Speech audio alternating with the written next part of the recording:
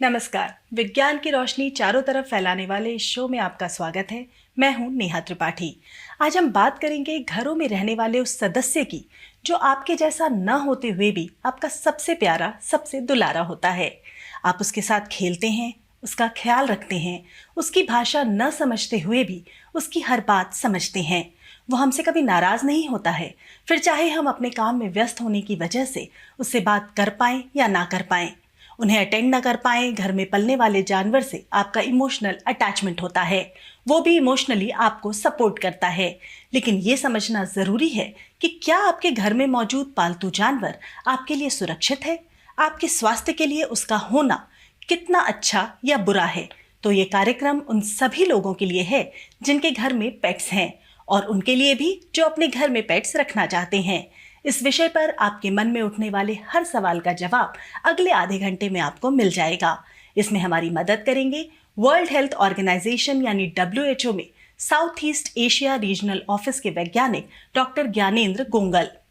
और हमारे साथ स्टूडियो में है जानवरों के लिए काम करने वाली संस्था people for ethnic treatment of animals यानी पेटा के CEO डॉक्टर मनीलाल वलियाते। आप दोनों का ही बहुत बहुत स्वागत है। आप दोनों से ये बातचीत शुरू करें उससे पहले मैं आप दोनों से ही जानना चाहती हूँ कि आप लोगों के लिए आपका फेवरेट पेट कौन सा होता है, डॉक्टर वलियाते? एज ए वेटनेरियन मेरा ज़्यादातर काम घोड़ों के साथ हुआ है। थोड़ा बहुत स्मॉल एनिमल्स में डॉग्स और कैट्स के साथ हुआ है। अदरवाइज मैं मानता हूँ कि हर एक जानवर इंसान की तरह अपने अपने जगह पे अहमियत रखते हैं। बिल्कुल सही बात है। डॉक्टर गोंगल? मेरा फेवरेट डॉग ही है, क्योंकि पहले भी हमारा घर में कुत्ता था, और ये हमारे लिए भी अच्छा है एक परिवार के सदस्य के हिसाब से। तो ये स्वास्थ्य के लिए भी ये इम्पोर्टेंट है कि हमारे पास होना चाहिए, क्योंकि अब हमारा जो जीवन शैली परिवर्तन हो गया है। पहले हमारा संयुक्त परिवार था, अब एकल परिवार हो गया है।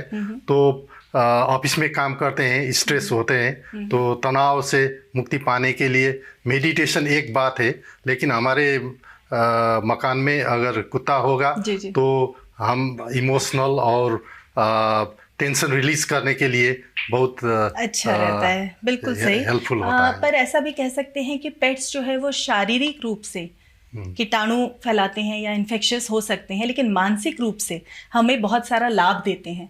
तो ऐसे में डॉक्टर वलियाते, आपको क्या लगता है हमारे स्वास्थ्य के लिए जो पेट्स हैं, जो हम जानवर घरों में पालते हैं, वो कितने अच्छे हैं या बुरे हैं? कौन सा पलड़ा भारी लगता है आपको? मैं तो बोलूँगा कि हमारे जो घर में जो जानवर रहते हैं, ज़्यादातर कुत्ते और बिल्लियाँ ही रहते हैं। क्योंकि वही एक जानवर है जो सालों से हमारे साथ डोमेस्टिकेटेड है, और वो इंसान के ऊपर निर्भर है और इंसान भी उन जानवरों के ऊपर निर्भर है। और जहाँ तक ये जो लंबे सालों का डोमेस्टिकेशन हुआ है, उस हिसाब से मैं ये बोलूँगा कि वो हर एक परिवार की सदस्य तरह ही है। जिस तरह से हम अपने बाकी परिवार के लोगों को देखेंगे, चाहे किसी को भी एक बार सर्दी जुकाम हो जाए तो हो सकता है परिवार में दूसरे लोगों को भी सर्दी जुकाम का खतरा हो। तो मैं उतना ही मानता हूँ जितना बाकी सदस्यों से है, उतना ही जानवरों से ही है। क्योंकि इसलिए है क्योंकि जो हम हर एक घर में हम जो स्वच्छता और जो हाइजीन की ध्यान रखते हैं, बात होती है वो परिवार के हर एक सदस्य में एक ही जैसे लागू होते हैं। तो मेरे ख्याल से इनको जानवरों के लिए या इंसान के लिए अलग से देखने की ज़रूरत नहीं है। कुछ चीज़ें ऐसे होता है जिसका ध्यान बरतना पड़ता है, और वो ध्यान रखेंगे तो मेरे ख्याल से सब कुछ ठीक होगा, कोई खतरा नहीं है। नहीं, जैसा ध्यान हम अपने बच्चों का रखते हैं, उनकी साफ सफाई का, उनको नहलाना धुलाना, खिलाना पिलाना अच्छे से, और सारे वैक्सीनेशन आप बचपन से ही अपने बच्चों के लिए भी करते हैं, वैसा ही हमें जानवरों के साथ भी करना चाहिए। एक इमोशनल अटैचमेंट की बात कर रहे थे आप डॉक्टर गोंगल। इस इमोशनल अटैचमेंट से हमें जो फायदे होते हैं शारीरिक रूप से, मानसिक रूप से, उनको मतलब घर में जानवर रखने के इमोशनल अटैचमेंट या इमोशनली जो हमें सपोर्ट मिलता है, उसके अलावा क्या फायदे देखते हैं आप? कुछ और? तो डॉक्टर साहब ने बता दिया कि ये जानवरों से हमारा ये संबंध जो है परंपरागत है, और ये जानवर एक अनजान है। बच्चे तो बोल सकते हैं, कम से कम हमको ऐसा हुआ है, तो ये कुत्ते तो बोल नहीं सकते हैं। तो हमको समझना चाहिए कि उसको देखभाल करना चाहिए, खिलाना ही हमको हमारा ज़्यादा इंटरेस्ट होता है। तो हमको स्वास्थ्य के लिए भी देखना चाहिए। तो अगर हम टाइम में कृमिनाशक दवाई देंगे, डिवॉर्मिंग जो बोलते हैं, और टीका लगाते हैं, रेबीज, कैनाइन डिस्टेम्पर, लेप्टोस्पायरोसिस, पारा इन्फ्लुएंजा, तो इससे हम परिवार का भी सुरक्षित होगा और कुत्ते का भी सुरक्षित होगा। तो हमको ये समझना चाहिए कि कुत्ते से हमारा इमोशनल लिंक भी है, और कुत्ते को बाहर ले जाना पड़ेगा तो शारीरिक अभ्यास भी हो सकता है। तो जब हम बाहर से आएंगे तो कुत्ते हमको स्वागत कर लेंगे, बहुत तो अच्छे से करते हैं। इसी वजह से ये होता है कि हमारा जो टेंशन होता है दिन भर कहीं जाने से, ऑफिस के काम से बहुत तनाव होता है, तो वो भी हमको छुटकारा मिलता है। और अभी एक ट्रेंड क्या चल रहा है, ये हमारे बच्चों में ज़्यादातर वीडियो गेम और ये इंटरनेट और मोबाइल, उसमें बहुत लगाव होता है, तो इससे कुछ मेंटल प्रॉब्लम आ रहा है। तो अभी एक नए प्रविधि आ रहा है कि हमारे साथ ये पेट एनिमल खरगोश होना चाहिए और एक्वेरियम, जिससे हमको देखभाल करना पड़ेगा। तो इसी वजह से, इसी कारण बच्चे को कुछ बिहेवियर चेंज करने के लिए भी बहुत हेल्पफुल माना जाता है। पेटा तो लगातार इस तरह से दोस्ती जानवरों के साथ करने और इन चीज़ों को प्रमोट करता है। कुछ ऐसे प्रोग्राम्स जो आप लोगों के लिए कर रहे हो?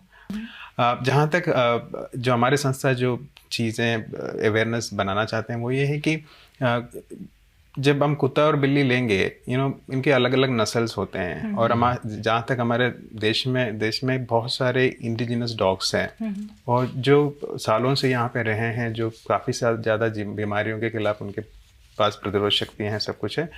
तो लोग ऐसे शॉप में जाके, ब्रीडर के पास जाके, जो पेडिग्री डॉग्स है, जो बाहर के जो नस्ल है, वो उनको ना लें, क्योंकि वो उनको ज़्यादातर बहुत सारी बीमारियां होते हैं क्योंकि हमारा दिलचस्पी लोगों को में ये होता है कि सबसे बड़ा कुत्ता ले लें, या सबसे छोटा ले लें, या फिर फ्लैट फेस ले लें, या फिर कोई लंबा ले लें। लेकिन प्रॉब्लम इन फॉरेन नस्ल में ये है कि उनके पास उनको इम्यूनिटी बहुत कम रहता है, बीमारियाँ होते हैं।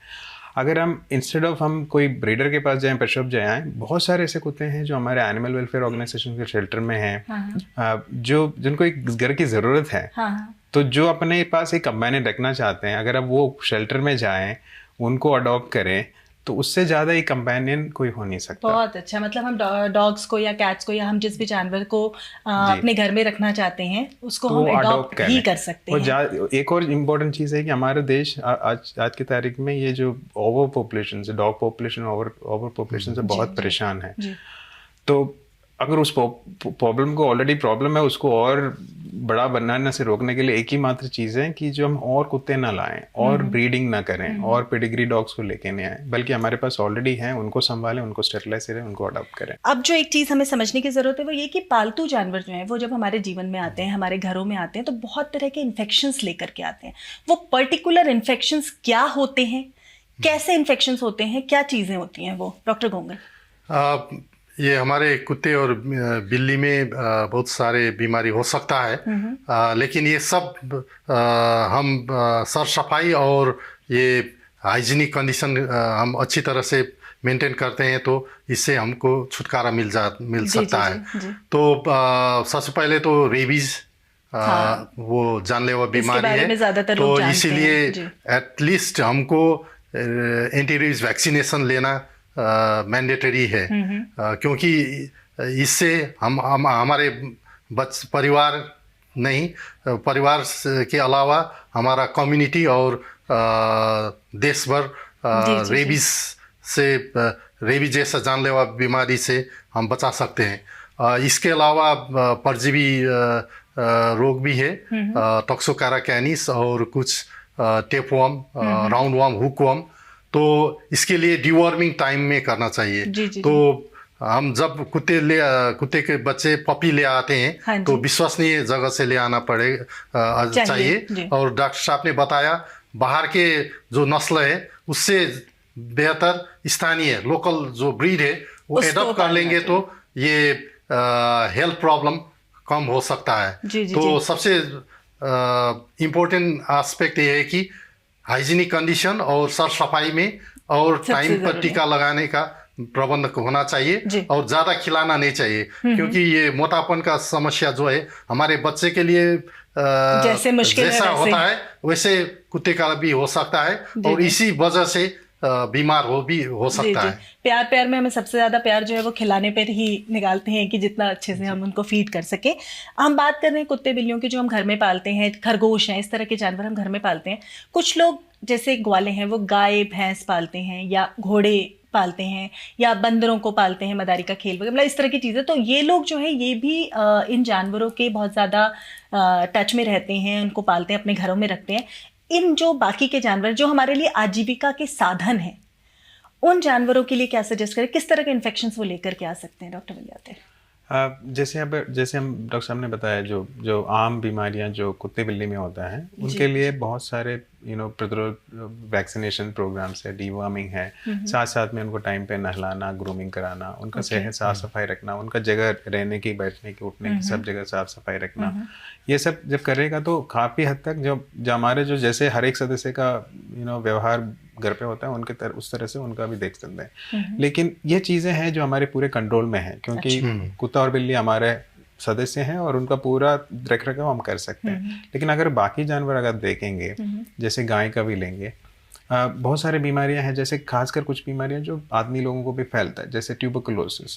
अगर कोई बिना पैस्चराइज करके दूध पीते हैं या फिर कोई टीबी वाले जानवर के साथ मिले जुले रहते हैं, चांसेस ये है कि खाली हम बात कर रहे हैं जानवरों से इंसानों का आना, क्या भी नहीं, टीबी ऐसे बीमारी है जो आदमी से जानवर को भी जा सकता है। जी, जैसे ये एक एस्पेक्ट भी है। ऐसे भी रिपोर्टेड है कि कुछ हाथियों को भी जो राइडिंग वगैरह में संभालते हैं उनको टीबी मिला है इंसानों से, जिनको टीबी मिला। तो जूनोटिक डिसीज ऐसे होता है जो दोनों तरफ से जा सकते हैं। और उदाहरण के लिए जो दिल्ली में हाल ही में जो बहुत सारे घोड़ों में ग्लैंडर नाम का एक बीमारी पाया गया, जो खतरनाक इंसानों के लिए है क्योंकि जानलेवा है वो।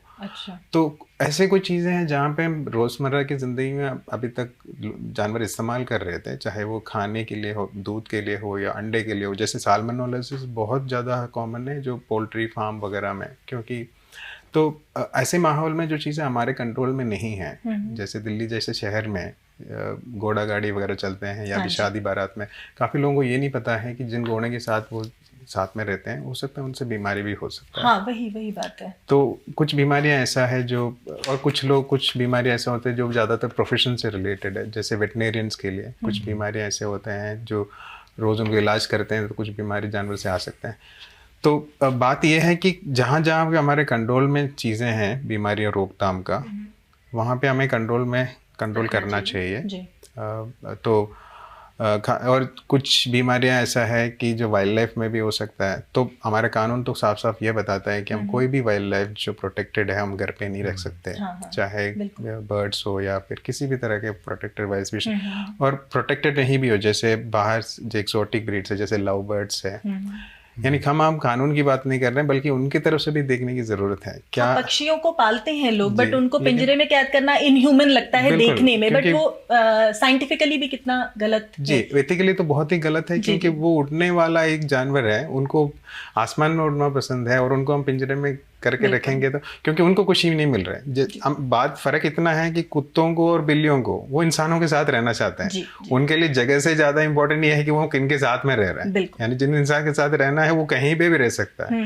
लेकिन बाकी जो वाइल्ड एनिमल्स है, एक्सोटिक स्पीशीज है, वो अपने जगह पे है, जंगल में हो, आसमान में हो, वो ज्यादा वहाँ पे खुश है। तो हम कोशिश यह करें कि उनको घर में लाने की, क्योंकि ना वो कुछ रह सकता है ना हम उनकी ज़रूरत हम पूरा कर सकते हैं। बिल्कुल सही। डॉक्टर गोंगल, आप लगातार वैक्सीनेशन और इम्यूनाइजेशन की बात कर रहे हैं जिससे कि जानवरों से होने वाले इन्फेक्शन से बचा जा सकता है। क्या पूरी तरह से ये इन्फेक्शन रोका जा सकता है या कुछ हद तक ही रोका जा सकता है वैक्सीनेशन से? वैक्सीनेशन जो हम रेबीज को करते हैं तो उससे कुत्ते को रेबीज होने से बचा सकते हैं। तो कोई बीमारी है लेप्टोस्पाइरोसिस, उसमें हम इन्फेक्शन प्रिवेंट नहीं कर सकते हैं, लेकिन डिजीज रोग होने से बचा सकते हैं। तो ज़्यादातर ये टीका लगाने का मकसद ये है कि इससे इस बीमारी हमारी कुत्ते को नहीं होगा। और ये समस्या ये है कि हमारे पास आवारा कुत्ते इतना ज़्यादा है, तो इसी हिसाब से हर्ड इम्यूनिटी हम बोलते हैं वो नहीं हो सकता है। तो इसीलिए जो कुत्ते हम पालते हैं उसको वैक्सीनेशन वो वेटनरी डॉक्टर के सलाह अनुसार हमको करना चाहिए। और दूसरी बात, ये साफ सफाई, और डॉक्टर साहब ने बता दिया कि ये उसको हाइजीनिक कंडीशन क्रिएट कर लेंगे तो उससे ज़्यादातर बीमारी हम प्रिवेंट कर सकते हैं और रोकथाम कर सकते हैं। आप दोनों से मैं समझना चाहूँगी कि जो स्ट्रे एनिमल्स है उनका खाना पीना, उनका वैक्सीनेशन, उनकी देखभाल इतनी अच्छे तरीके से नहीं हो पाती है। ऐसे में वो हमारे लिए कितने खतरनाक नहीं कहना चाहिए, बट कितने खतरनाक साबित हो सकते हैं, ये देखना होगा। डॉक्टर वलियाते, एक डॉग पॉपुलेशन, ओवर पॉपुलेशन एक समस्या है आज की तारीख में, लेकिन अगर आप देखेंगे उसके लिए एक अच्छा खासा साइंटिफिक सॉल्यूशन भी है हमारे पास, और हमारे पास कानून भी है, और कुछ लोगों को जैसे म्यूनसिपैलिटीज़ को उसको रिस्पॉन्सिबल बनाया भी गया है। बात इतनी सी सिंपल सी बात है, एक छोटा सा स्टेरिलाइजेशन प्रोसीजर है, सर्जरी है, जिनके थ्रू ये इनका नसबंदी करा सकते हैं और इनका पॉपुलेशन को कंट्रोल कर सकते हैं। और जब ऐसे सर्जरी में के लिए हम जानवर को लाते हैं, उनको साथ साथ में वैक्सीनेशन भी किया जाता है, यानी रेबीज जैसे जो घातक बीमारियों से उनका बचाव भी करते हैं, उनको वापस उधर ही छोड़ देते हैं। माना गया कि अगर एक डॉग को स्टेरलाइज करेंगे 6 साल के अंदर जो 67,000 जो बच्चे वो पैदा कर सकते हैं, हम उसको रोक रहे हैं। बस इतना है कि हर एक म्यूनसिपैलिटी हमारे देश में इस चीज़ को बहुत सीरियसली लें और स्टेरलाइजेशन और वैक्सीनेशन के प्रोग्राम को आगे चलाएं। और साथ साथ में हमारे बीच में बहुत सारे लोग हैं जो जानवर के लिए प्यार रखते हैं, उनको खिलाना चाहते हैं। ऐसे जहाँ पे हमारे कोर्ट ने भी बताया कि आप एक डेजिग्नेटेड जगह पे उनको फीडिंग कर लिया कीजिए, लेकिन बात इतना है कि आप क्या खिला रहे हैं, कोई वेस्ट नहीं खिलाएं। जो हम खाते हैं, जो हमारे घर में जो पालतू जानवर है वो खिलाते हैं, अच्छा वाला खाना वही खाना स्ट्रे डॉग्स को। तो ऐसा नहीं कि बासी खाना, 2 दिन पुराना खाना हम जो है घर में जो नहीं यूटिलाइज हो पा रहा है उसको हमने स्ट्रे एनिमल्स को दे दिया। स्ट्रे एनिमल्स को लेके WHO किस तरह के स्टेप्स लेता है सर? हमको समझना चाहिए कि अब जर्मनी का डॉग पॉपुलेशन का हिसाब कर लेंगे तो 2018 में 95 लाख संख्या है कुत्ते का संख्या, लेकिन वो सब पालतू कुत्ते हैं। अच्छा। तो अब हमारे यहाँ पर सिचुएशन कम्प्लीटली डिफरेंट है। यहाँ आवारा और ये सामुदायिक जो कुत्ते हैं उसका संख्या ज़्यादा है, और पेट एनिमल जो पालतू जानवर है उसका संख्या कम है। तो अब ये जो आवारा कुत्ते का हम बात कर रहे हैं तो ये टेरिटोरियल होते हैं, तो अपने एरिया वो प्रोटेक्ट करके बैठते हैं। तो इसीलिए ये पॉपुलेशन कंट्रोल, ये मैनेजमेंट के, डॉग पॉपुलेशन मैनेजमेंट के लिए हमको CNVR प्रोग्राम संचालन करना चाहिए। इसका मतलब ये है कि वो कुत्ते को, आवारा कुत्ते को हम पकड़ लेते हैं, कैप्चर, उसको नशाबंदी कर देते हैं, न्यूटर एंड वैक्सीनेट, रेबीज की टीका लगा देंगे और रिलीज। तो उसको वही जगह में छोड़ना चाहिए ताकि वो एरिया का देखभाल कर सकते हैं। तो CNVR वो उसको बोलते हैं। जी, हम उसी जगह पे उसको छोड़ना चाहते हैं क्योंकि वही उसकी नेचुरल सेटिंग बन जाती है धीरे धीरे। इसी तरह से हम देखें तो जानवरों की बेसिकली जो है वो जानवर वाइल्ड लाइफ सेंचुरीज वगैरह हम बनाते हैं, वो इसलिए होती हैं ताकि जानवरों को उनकी नेचुरल सेटिंग मिल सके। ऐसे में जानवरों को पालना और उनको अपने पास रखना, ये कितना वाजिब है, और उनको नेचुरल सेटिंग में ही रहने देना चाहिए, लेकिन वहाँ उनके ख्याल रखने का इशू आता है, ये सब प्रॉब्लम्स भी आती हैं। इसको कैसे देखते हैं आप? पहला चीज़ तो ये सब जानवर कानूनी तरीके से प्रोटेक्टेड है, यानी हम कोई बंदर को नहीं रख सकते क्योंकि वो प्रोटेक्टेड स्पीशीज़ है। जितने भी वाइल्ड लाइफ एनिमल्स प्रोटेक्टेड है, हम अपने घर पे नहीं रख सकते। दूसरा चीज़, उनकी ज़रूरतें ही पूरा अलग से हैं। उनको जंगल में किलोमीटर तक घूमना पसंद है, अपने परिवार, खुद के सदस्य के साथ रहना।